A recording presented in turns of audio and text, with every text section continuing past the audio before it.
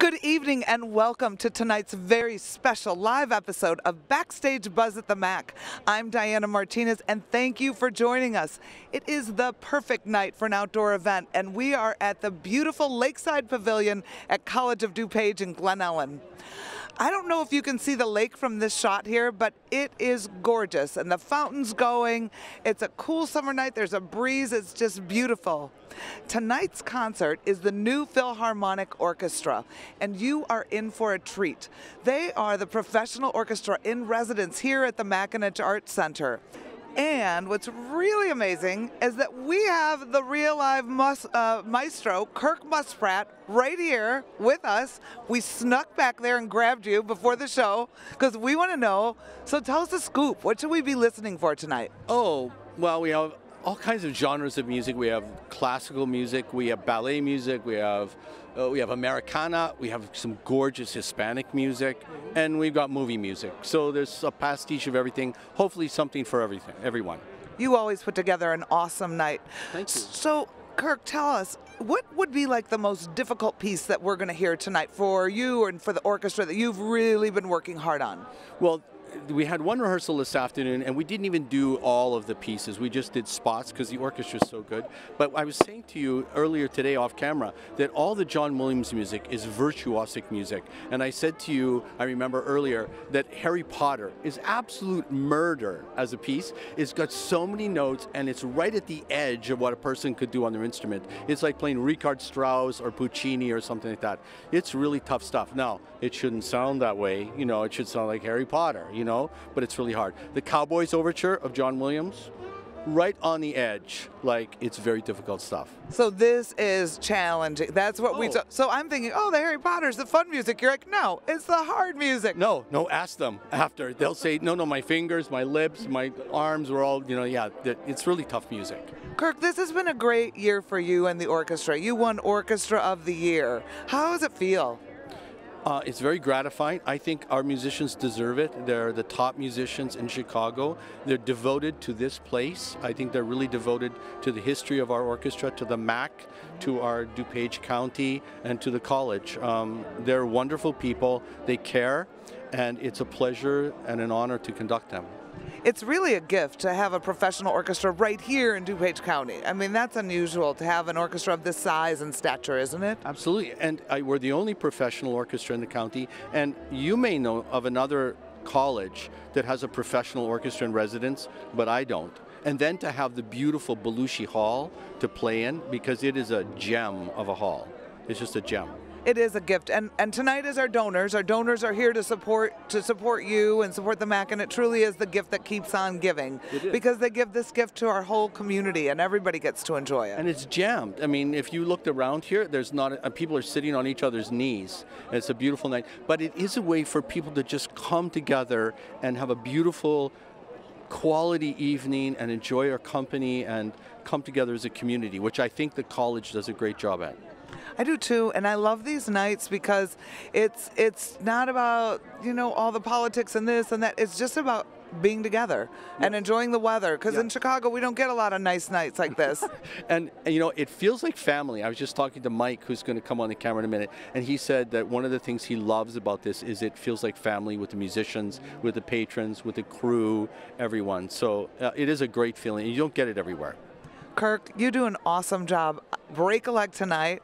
I can't wait to see the show and listen. It's always spectacular. So thank you. Okay, thank you. Listen to Harry Potter.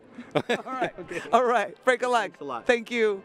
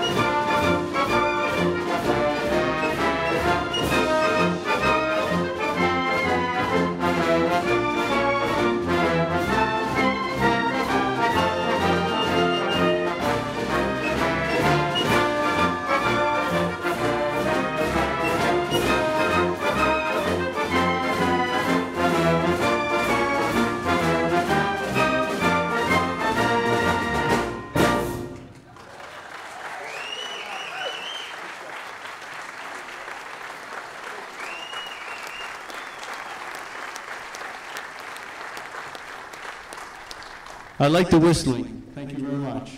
Good evening, ladies and gentlemen, and welcome, boys and girls all, to our concert this evening. For those of you who are watching us in Scandinavia or Nigeria on Facebook or YouTube, wherever you are in the world, this is the new Philharmonic that Diane just explained to you. And we are the only professional orchestra in DuPage County.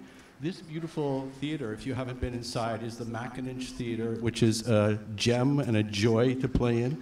And tonight we are all, wherever you're watching us, we're playing at the Lakeside Pavilion, which is just great.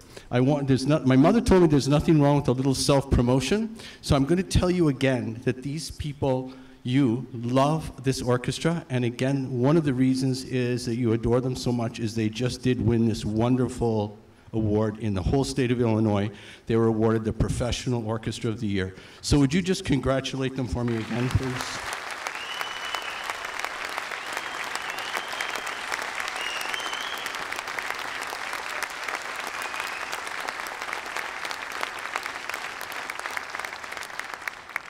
Tonight we're going to play you a little classical music, we're going to play you a little cowboy music, we're going to play you a little Latino music, and we might even play some movie music for you. Your job is to relax, have a nice time, don't worry about taxes, don't worry about work, traffic, nothing, okay? You also have to clap like maniacs, okay? Just like crazy people in DuPage County. And then please do come and say hello to me after the concert. I'd like to meet you all. No, I'm serious, just come. I'll be here till 2 if you want. So the next piece on the program was written in the darkest days of World War II. And in those dark days, Agnes DeMille and Aaron Copland got together. They wanted to write something really adventurous, something totally American, and something uplifting. They came across the theme of rodeo, which of course is totally American. And when they did so, they turned the ballet world upside down. There were ballet steps, ballet choreography, there were lasso motions, there was, costumes and all of those things that are, and it's a magnificent piece of our culture today. So it was premiered in 1942. We're going to play it tonight. Maybe, I think, the most famous piece from it. It's a hootenanny of a piece called Hoedown. We hope you have a good time.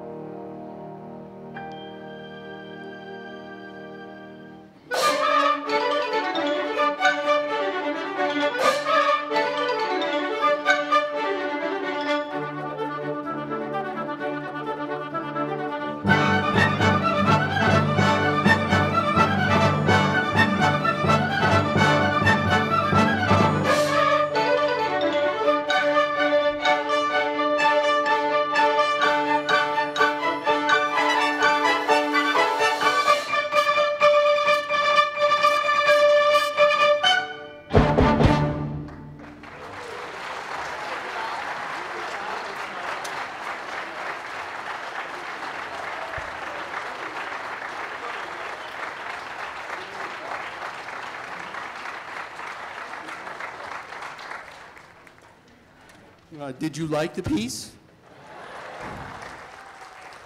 You have to applaud more then next time. Okay, this is not Cook County. This is DuPage County. Yes? Aaron Copland, who was the Dean of American Composers, born in 1900. His greatest student, of course, and his friend, was Leonard Bernstein. Leonard Bernstein would have his 100th birthday this year, and it's one of the reasons I wanted to do a piece of his this evening. Of course, we admire him greatly because he really was a genius of a conductor. He was a groundbreaking educator with the young people's concerts and an advocate of classical music.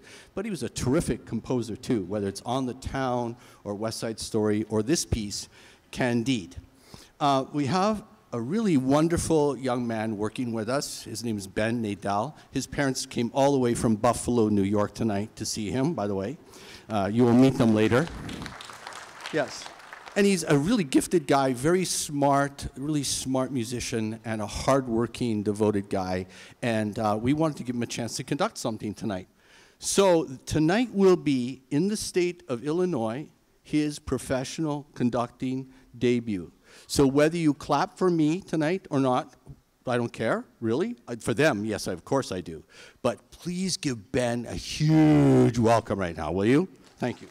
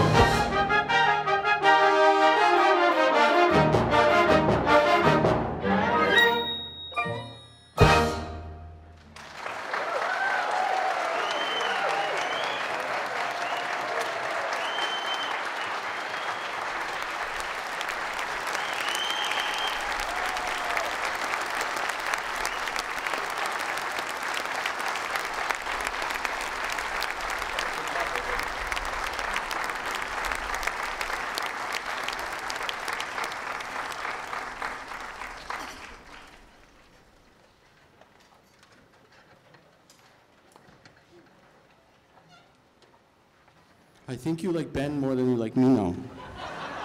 Well, I don't blame you. He's a much nicer guy, you know, and he's way cuter, too. Congratulations, Ben. He's over there.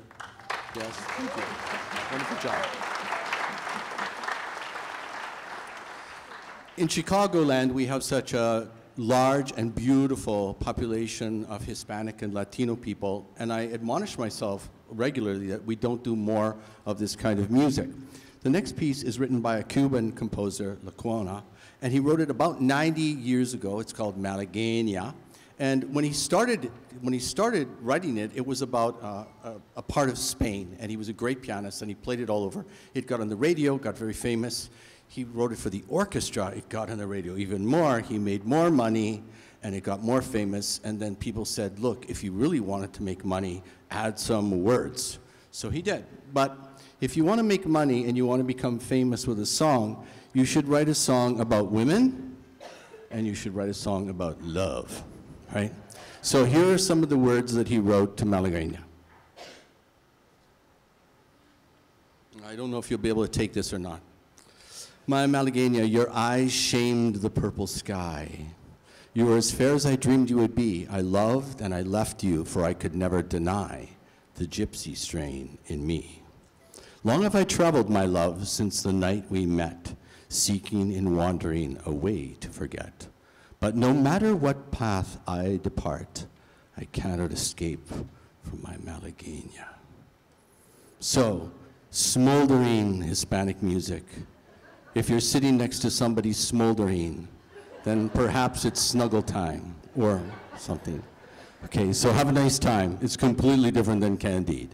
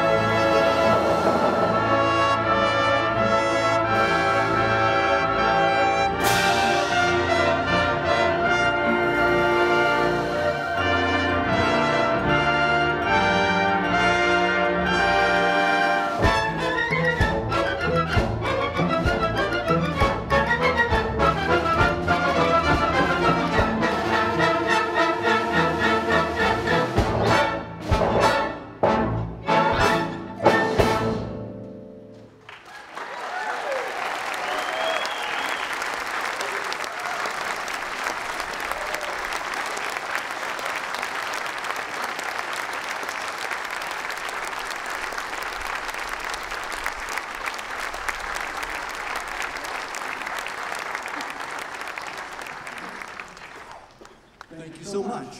I'd like to take a moment on behalf of my colleagues to just thank the College of DuPage for sponsoring this concert. Look at all of us here together, beautiful feeling of community, getting to share these wonderful composers with all of us. What's happening to me, it's happening to Paul, it's happening to you.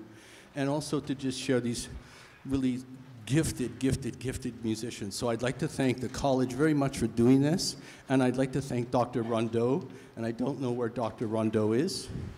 Dr. Rondeau's over there. Would you just take a little bow? I know you're a very humble person, but this is our president, and thank you so much. Dr. Rondeau is an avid supporter of, well, all the arts, whether it's dance or music or art. And she is, in my estimation of her, as I talk to her, is that she's a person who loves really all things beautiful. She's really a wonderful person, and her spirit pervades this place. So thank you from all of us on the stage. Thank you.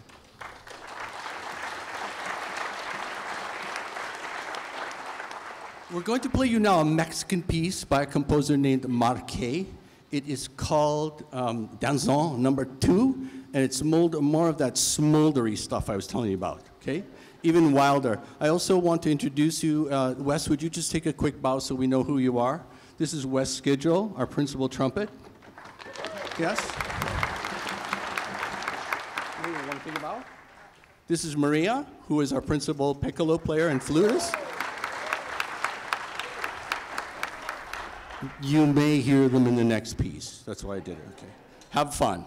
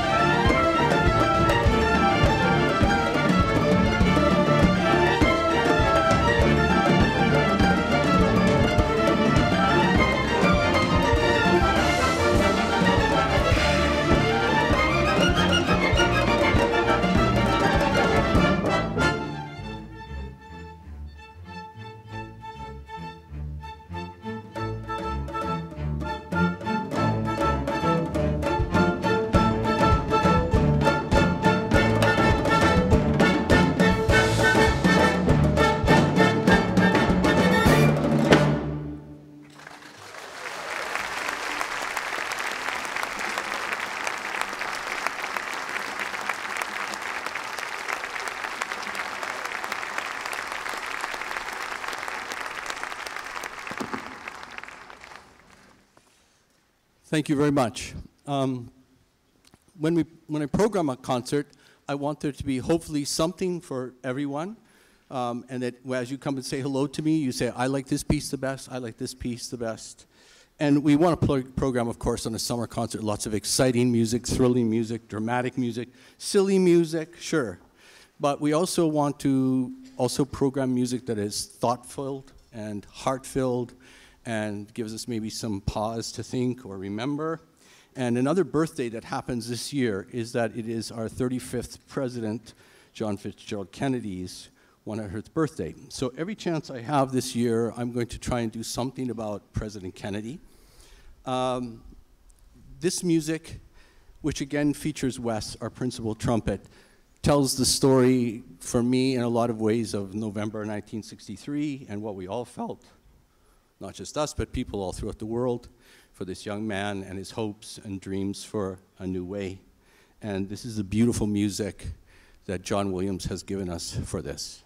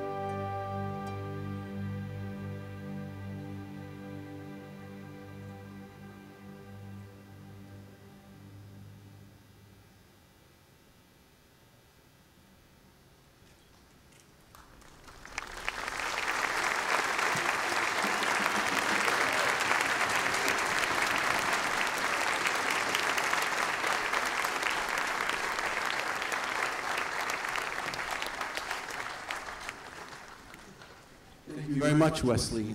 And guess where Wes went to school? Guess. Wes, where did you go to school? No, where did you go to college? Wheaton College. How about that? Another gifted guy from our area. I don't know, this may be your favorite piece on the program. You'll have to come and tell me about it. It's sort of like a piece you may have never heard before. It's called Star Wars.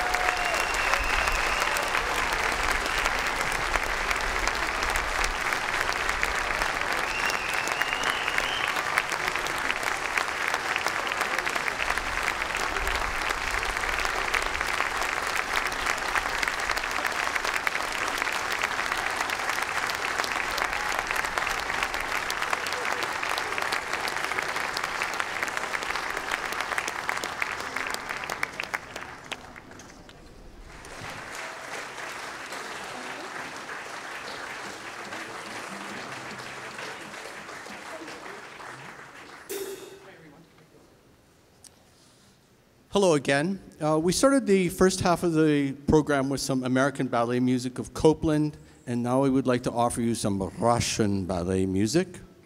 When young 35-year-old Tchaikovsky was offered the chance to write the music for this ancient German fairy tale, he agreed to it, but he said that he would only do it on the condition that his music would tell the story of the ballet entirely on its own. And when he did so, starting with Swan Lake, and then of course with Sleeping Beauty and the Nutcracker, he turned ballet music forever and ever on its head. You can just listen to this piece and know the story in your mind, and you don't even need the dance necessarily.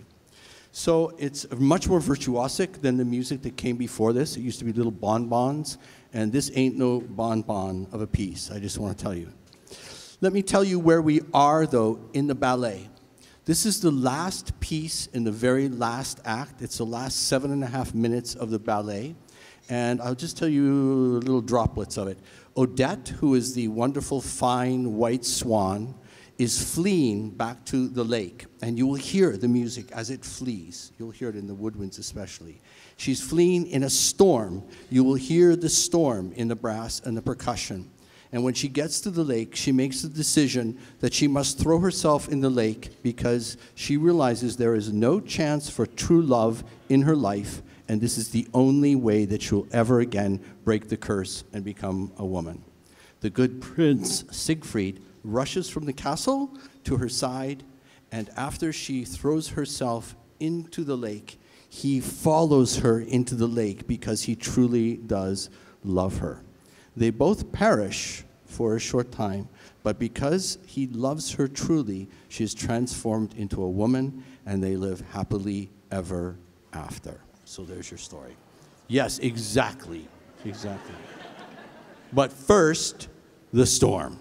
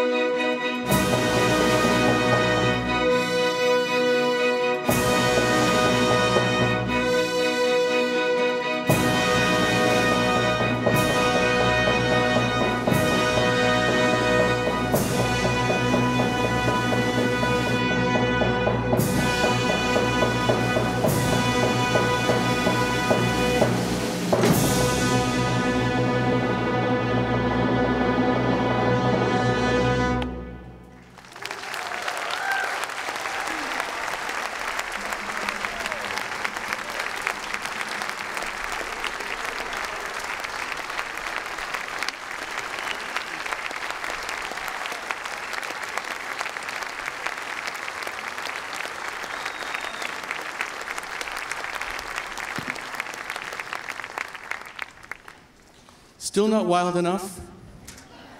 Just not wild enough. You know, if we were at the Hawks game, you would be different. I've been there, believe me. Before we play you the next piece, which is South Pacific by Rodgers and Hammerstein, I just want to share with you that next year we're going to do an all Rodgers and Hammerstein evening. The full orchestra, a full chorus, 4 magnificent soloists. And I've done this concert in the past, and last time I did it, we sold over 3,000 tickets. So we're going to do our normal October 21st Saturday night, and we're going to do our normal Sunday afternoon, the 22nd, but we're adding a performance on Saturday afternoon at 3. And I think it's a terrific opportunity for people with families, children, kids who love singing, musical theater, to come and enjoy something on Saturday afternoon. I hope you will join us. It's really beautiful music. Okay, so South Pacific. I will tell you a couple of things about it because last week, Pat, when I was in Indiana, and we did this piece, and then I talked to some kids before the concert, like some 15-year-olds, and I said, oh, we're going to do South Pacific tonight. And the young lady from, where were we, in Cedar Lake? Yes. She said, is that a video game? Pat, what are we teaching those children? I don't know. And then the guy said, oh, it's probably some war game, South Pacific. So it's not. It's 1949 when they created it. There were over 1 million LPs of this sold during that 1949 year. That's a lot in those days. The show ran in New York for 2,000 performances in its first run. And for those of you who don't happen to remember this story, it's 1942. It's on an island in the South Pacific, of course. There's a beautiful young nurse. There's a French plantation owner. There's lots of fantastic people native to the island, Bali High, things like that. And there are Seabees and tons of sailors and South Pacific.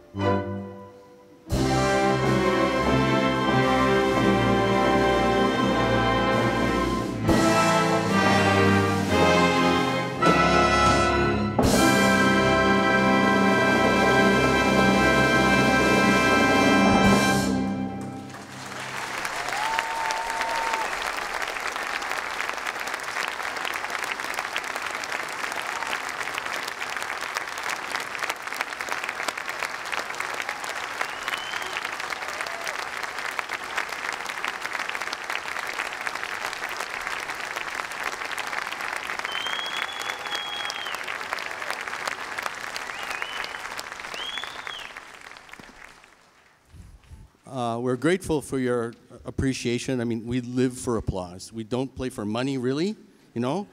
We can't. We're professional musicians. We're always going to be poor. But we appreciate you being here and being a part of this beautiful evening. So to change gears a little bit, I don't know if you will agree with me or not, but my own opinion is there are very few men in the world who possess the mojo and the sex appeal to play James Bond. I happen to be one of those people. I don't know why you're laughing. Some of us are just lucky and we've got it. I could step in for him at any moment. And there's a lady at the front table. She's a very generous donor, so I'm not going to argue with you, but I don't know why you're laughing. I practice at home. I'm in the front of the mirror and I go, Bond, Kirk Bond, you know? So I want to get you in the mood for this. Maybe don't think about that during the piece. Just enjoy the wonderful themes that all these, this is a wonderful medley. It's a lot of fun and it's extra dangerous.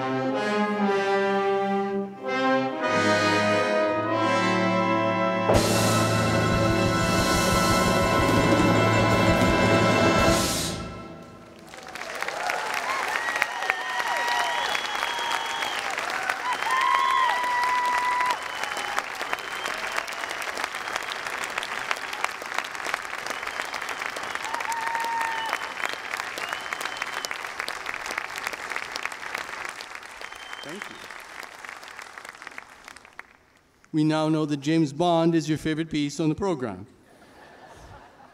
So, from that ineffable ex-rocker, Danny Elfman, this is Spider-Man.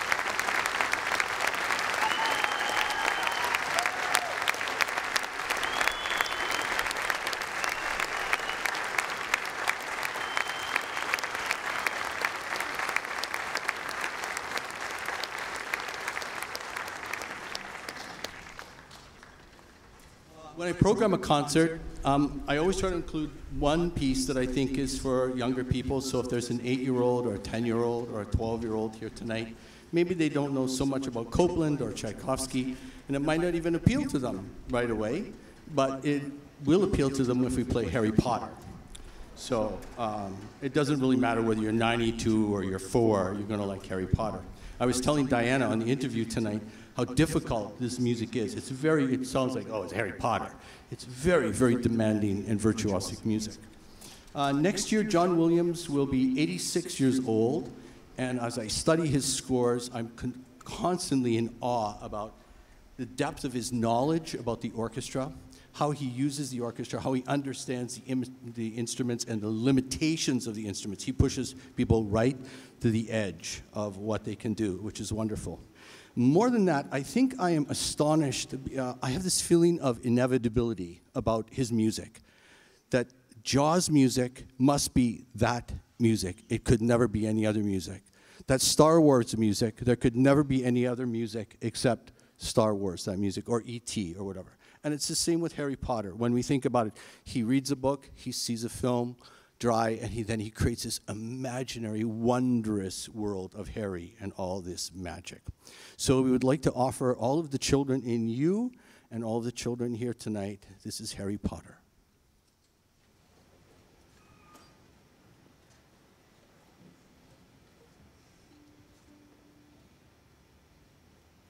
By the way, if you get bored watching the conductor, turn around and take a look at the moon. It's just amazing. It's magical like Harry Potter. Is that a pretty sight or what? I wonder what they're thinking in Sweden right now. Okay, here we go.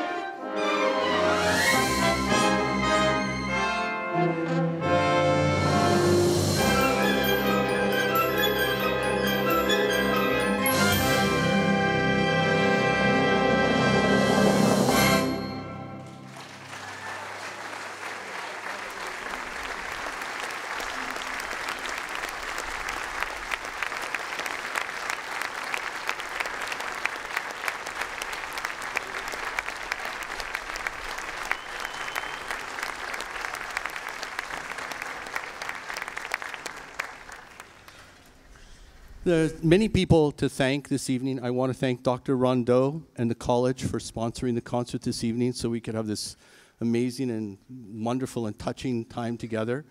Please come and say hello to me, every one of you after.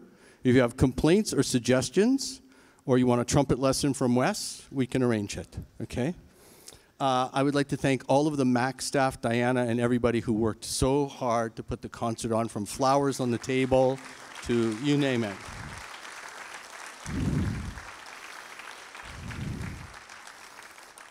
You didn't see them so much, but all the folks from WDCB, the radio and television station, they were setting up, queuing, lighting, doing amazing work today. They're my wonderful colleagues. I thank them for doing this for the orchestra and for the college tonight. And the people here, especially that I see so many faces that I know, you are our donors to this orchestra, and I think it's a great investment. So I thank you so much for helping us. Thank you. Thank you.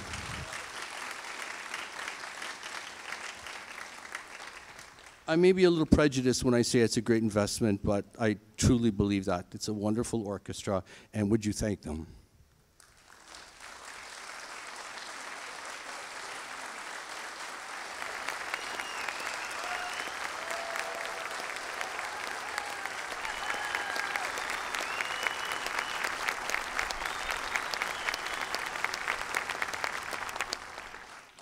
I hope you'll come and join us next year inside. It's a wonderful orchestra, whether we're playing Mahler 5 or Rodgers and Hammerstein or playing Tricks on You on New Year's Eve. So please come and join us. We're going to end with some really wonderful John Williams. The age-old John Williams at the age of 40. Finally got his own big movie to do. It was The Cowboys with John Wayne. And before that, he'd been doing Gilligan's Island and Lost in Space and things like that. And somebody finally said, go ahead, John, do it. So this put him on the map, and you can already hear at 40 years old what he could do. We thank you so much for being here tonight. We had a lovely time with you, and we hope you enjoy The Cowboys.